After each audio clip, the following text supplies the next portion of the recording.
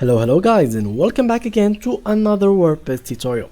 In this video I will be showing you how to change the logo in the header or to add the logo in your website menu.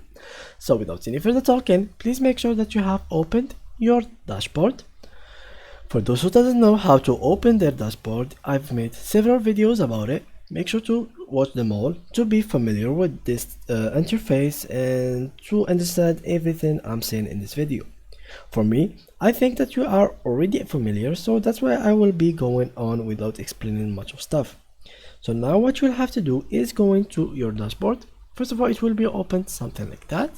Here you put your username and email address, and here the password. So 1, 2, 3, and click on login. Now after this page is opened, what you'll have to do is go to your appearance. For example, you can settings, you can edit a lot of stuff. For example, here you can edit site title, tagline, other stuff here if you want to edit them, but in this video we want to edit the logo itself. So what you want to do is click on here and then go to customize. After clicking on customize, we'll find a lot of information here, like your blog, like your website name, your theme, that is like your active theme. Here is some features that your team got, and here we find the background color of your website. We can change it, you can edit it, you can make whatever you like, but what we care about in this video is the site identity.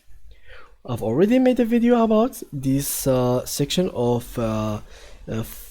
favicon or the site icon, but now we will talk about the logo. So here we add the logo. For example, let's use this picture as a logo. Click on select, click on here, let's drag it in here, and let's choose this thing, crop picture, and here you go.